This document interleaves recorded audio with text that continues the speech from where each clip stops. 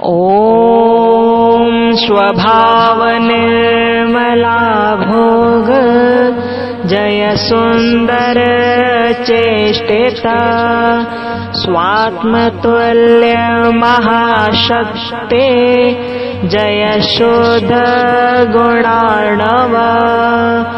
ॐ नमः शिवाय। जय श्री राधे कृष्णा।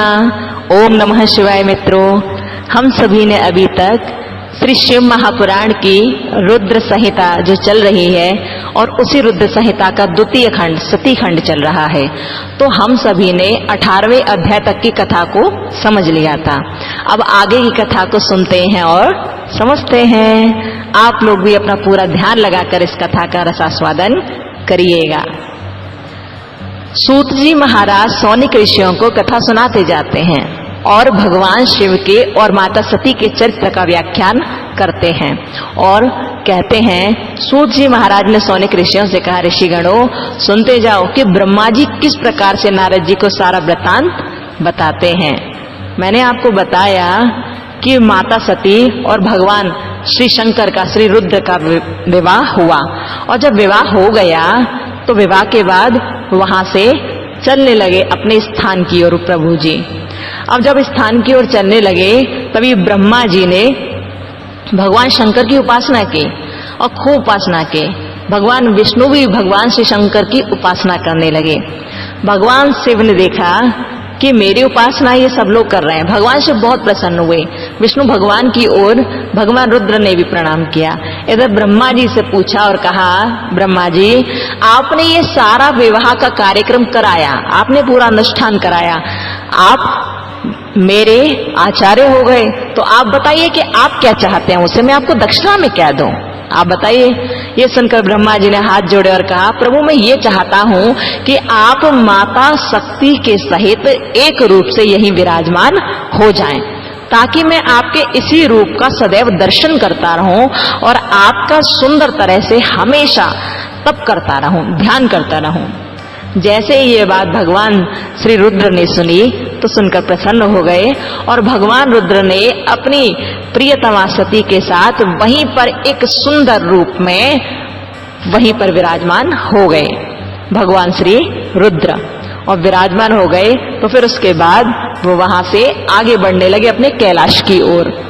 चलते चलते प्रभु जी कैलाश पर पहुंचे और वहां रहकर बहुत सारी सुंदर सुंदर लीलाएं करने लगे। खूब दिनों तक, बहुत समय तक विहार किया देवी सती ने और बाबा शंकर ने। और जब बहुत समय हो गया तो एक बार क्या हुआ कि माता सती अकेले अकेले खड़ी हुई थी, कुछ सोच रही थी, कुछ मन में चल रहा था उनके। और जब सोच रही थी तो भगवान रुद्र ने कहा, सती क्या बात है, क्या सोच रही हैं आप, जरा बताओ हमें। तो देवी सती ने हाथ जोड़े और हाथ जोड़कर कहा, भगवान मेरे मन में कुछ प्रश्न आ रहे हैं। मैं धन्य हूं कि मैंने आपको पा लिया। आपको पाना बहुत मुश्किल था, लेकिन आपने मुझ पर अनुग्रह किया और मैं आपकी दासी बनकर आ गई यहाँ। लेकिन भगवान अब मेरे मन में कुछ प्रश्न है, मैं उन प्रश्नों का उत्तर जानना चाहती हूँ। ये सुनकर भगवान शिव ने कहा, बताओ ना क्या प्रश्न है तुम्हारे मन में, बताओ मुझे। और जैसे ही कहा तो देवी सती ने हाथ जोड़कर कहा, भगवान आपने मुझे बहुत समय तक विहार कराया, मैं संतुष्ट हो गई, मैं बहुत प्रसन्न हो गई बहुत समय तक विहार करके। लेकिन अब तो मैं उस परम तत्व का ज्ञान प्राप्त करना चाहती हूँ जो हर प्रकार से सुख प्रदान करने वाला है तथा जिसके द्वारा जीव संसार के दुख से अनायास ही उद्धार पा सकता है। मैं ऐसा कुछ सुनना चाहती हूँ जिस कर्म का अनुष्ठान करके विषयी जीव भी परम पद को प्राप्त कर ले और संसार बंधन में न बंधे।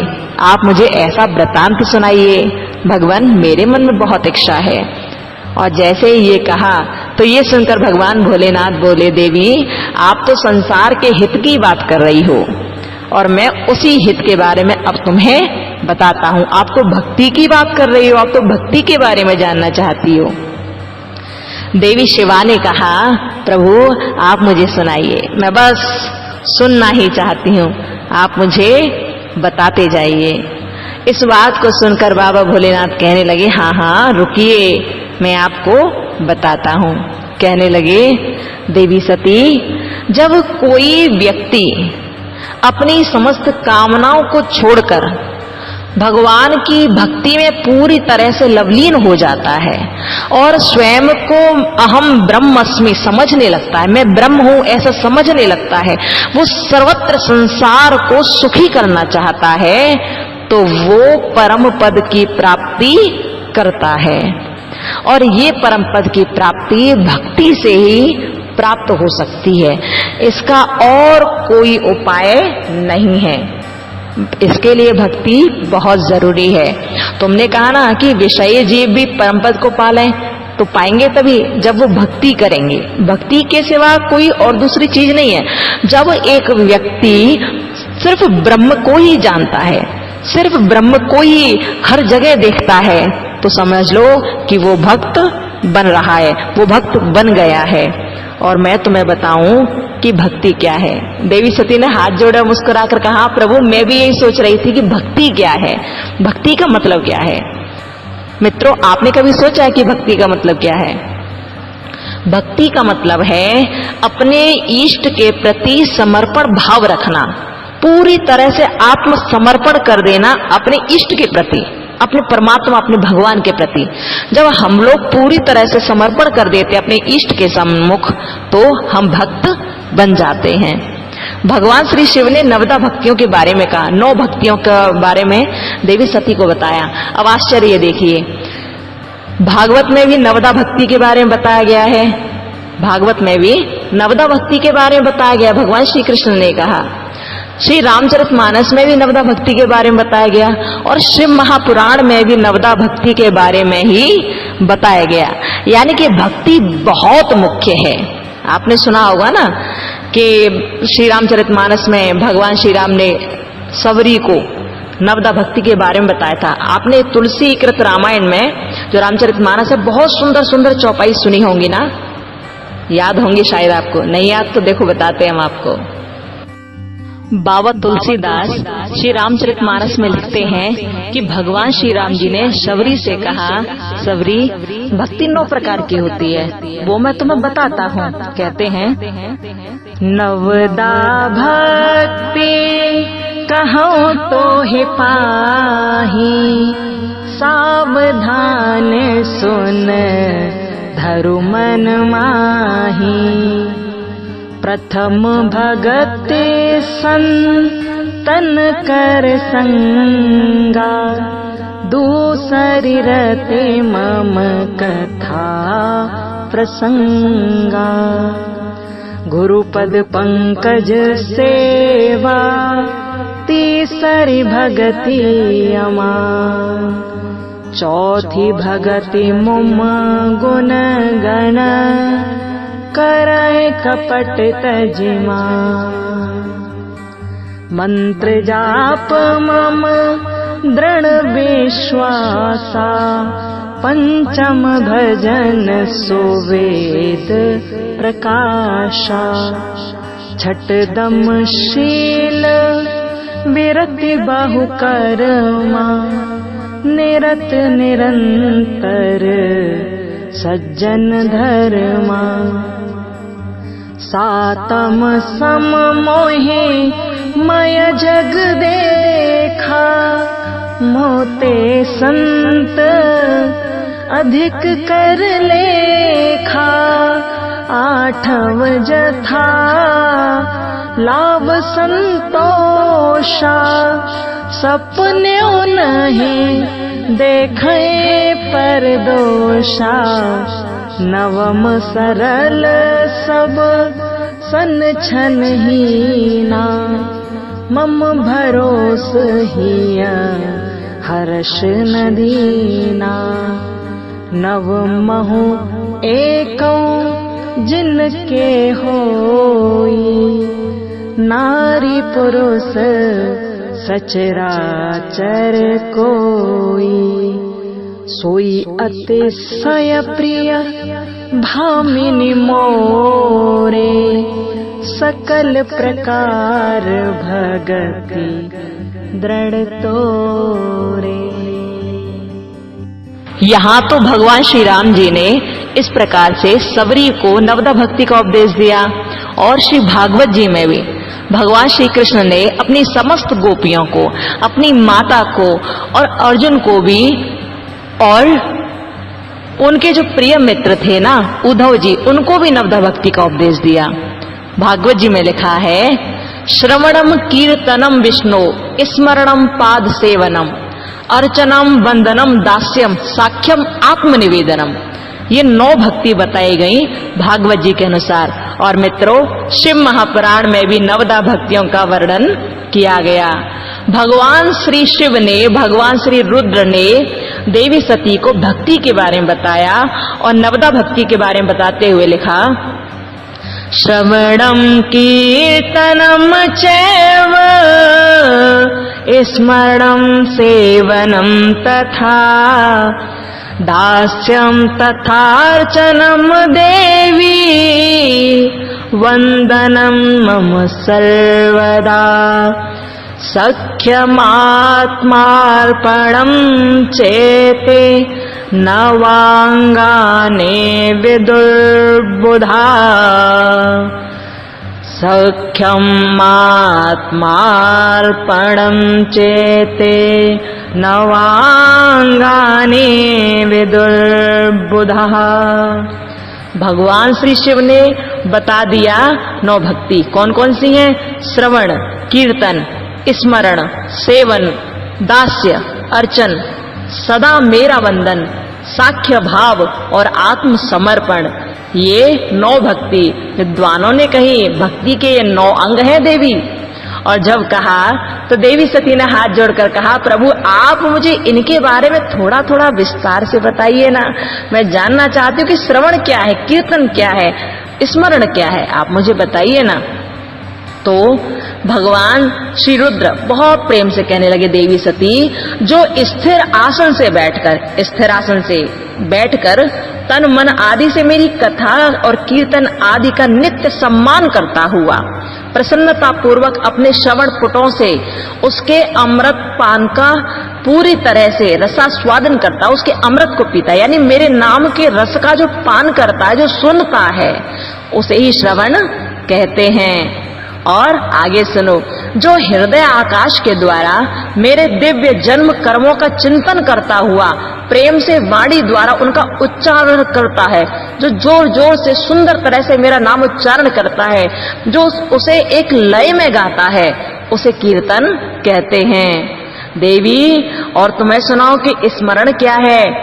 सुनो मेरी बात, मुझ नित्य महेश्वर को सदा और सर्वत्र व्यापक जानकर जो संसार में निरंतर निर्भय रहता है, निरंतर बिना डर के जिंदगी व्यतीत करता है, उसी को स्मरण कहा जाता है। कैसे स्मरण? स्मरण का मतलब ये है, कुछ भी करो, कैसा भी करो, भगवान का ध्यान करते रहो। ये याद रखो कि भगवान हमारे पास हैं, और जब आप भगवान को पास जानकर कोई काम करोगे ना, तो वो काम खराब होगा ही नहीं। आप सदैव अच्छे कार्य की ओर अग्रसर रहोगे, आप निर्भय होकर जिंदगी काटोगे, उसे कहते हैं स्मरण। और सुनो देवी सती, सुनाता हूं कि जो अरुणोदय से, यानी कि जब सूर्य उदय होता है ना, उससे लेकर, जो अरुणोदय से लेकर हर समय सेव्य की अनुकूलता का ध्यान रखते हुए हृदय और इंद्रियों से जो निरंतर सेवा की जाती है, वही सेवन नामक भक्ति है। यानी कि जो अपने समस्त इंद्रियों को एक जगह बांधकर मेरा ध्यान करता है, सूर्योदय से लेकर संध्या तक, और हर वक्त जो हर चीज में मेरा ध्यान करता है, वही सेवन कहलाता है, वही सेवा कहलाती है। जो जैसे अपने लिए कार्य करते हैं ना लोग, वैसे ही भगवान की सेवा में हमें अर्पित रहना चाहिए, वही सेवन है। और एक बात और बताऊं कि दास्य भाव क्या है, जो नवदा भक्ति में आता है। अपने को प्रभु का किंकर समझो। किंकर यानी कि नौकर जानकर, यानी कि दास जानकर। मित्रों, जब हम लोग स्वयं को भगवान का दास जानकर सारा काम करते हैं ना, और हृदयामृत के भोग से अपने स्वामी को सदैव प्रियतम मानते हैं और उन्हें हमेशा सब कुछ अर्पण करते हैं, तो वही दास्य भाव कहलाता है। और भगवान शिव ने कहा कि अपने धन वैभव के अनुसार शास्त्र विधि से मुझ परमात्मा को सदा पाग्य आदि 16 उपचारों का जो समर्पण करता है वही अर्चन कहलाता है, वही अर्चना कहलाती है। और मन से, ध्यान से और वाणी से वंदनात्मक मंत्रों के उच्चारण पूर्वक 8 अंगों से भूतल का स्पर्श करते हुए जो इष्ट देव को नमस्कार किया जाता है वही बंदन कहलाता है, वही वंदना कहलाती है। ईश्वर मंगल या अमंगल जो भी कुछ करता है वह सब मेरे मंगल के लिए ही करता है, ऐसा दृढ़ विश्वास रखना यही सख्य भाव है, यही सख्य भक्ति है, यही सखा भाव का लक्षण है। देवी, मैंने तुम्हें बताया इन नवदा भक्तियों के बारे में, और मेरी बात सुनो। देह आदि जो कुछ भी अपनी कही जाने वाली वस्तु है, अब मैं तुम्हें बता रहा हूं कि आत्मसमर्पण क्या है, इसे ध्यान से सुनना। कहने लगे देह आदि जो कुछ भी अपनी कही जाने वाली वस्तु है, यानी कि हम लोग जो भी कुछ देख रहे हैं, हमारा ये तन है, हमारा ये मन है, हमारा घर परिवार, ये सब कुछ, तो जो भी अपनी कही जाने वाली वस्तु है वह सब भगवान की प्रसन्नता के लिए उन्हीं को समर्पित करके अपने निर्वाह के लिए भी कुछ न बचा कर रखना अथवा निर्वाह की चिंता से भी रहित हो जाना, वही आत्मसमर्पण कहलाता है। समझ गए? हम लोग तो रोज आरती में कहते हैं तेरा तुझको अर्पण क्या लगे मेरा, लेकिन अर्पण कुछ नहीं करते हैं। और जब अर्पण नहीं करते तो भगवान हमें क्या देंगे? कुछ भी नहीं। भगवान कहते हैं कि पहले तुम मेरे प्रति आत्मसमर्पण तो करो, जो भी तुम्हारी वस्तु है सब मेरे ऊपर समर्पित कर दो, सब कुछ मेरे लिए रख दो, अपने लिए कुछ भी बचा कर मत रखो। और जब तुम सब कुछ मेरे लिए अर्पित कर दोगे ना, तो तुम जो चाहते हो वो मैं सब कुछ कर दूंगा। मित्रों, इस प्रकार से आज भगवान श्री शिव ने सुंदर तरह से देवी शक्ति को, देवी सती को नवदा भक्ति का उपदेश दिया, और आपने आज सुंदर तरह से श्री रुद्र संहिता के द्वितीय खंड सती खंड के 23वें अध्याय तक की कथा को सुन लिया। मित्रों, अब आगे की कथा कल कहेंगे। कल की कथा में देवी सती और वार्तालाप करेंगी बाबा शिव से, और कल की कथा में ही भगवान श्री राम जी दंडकारण्य में टहलते क्या, माता सीता की, देवी सीता की खोज करते हुए नजर आएंगे। कल की कथा बहुत प्यारी होने वाली है। तो मित्रों, आज की बात को, आज की कथा को यहीं पर हम लोग रोकते हैं, विश्राम देते हैं। आगे की बात कल सुनेंगे और सुनाएंगे। ठीक है? खुश रहिए, मस्त रहिए, प्रसन्न रहिए, और ज्यादा से ज्यादा इस कथा को दूसरों के पास पहुंचाइए। ठीक है? जय श्री राधे कृष्णा। ओम नमः शिवाय। राधे राधे।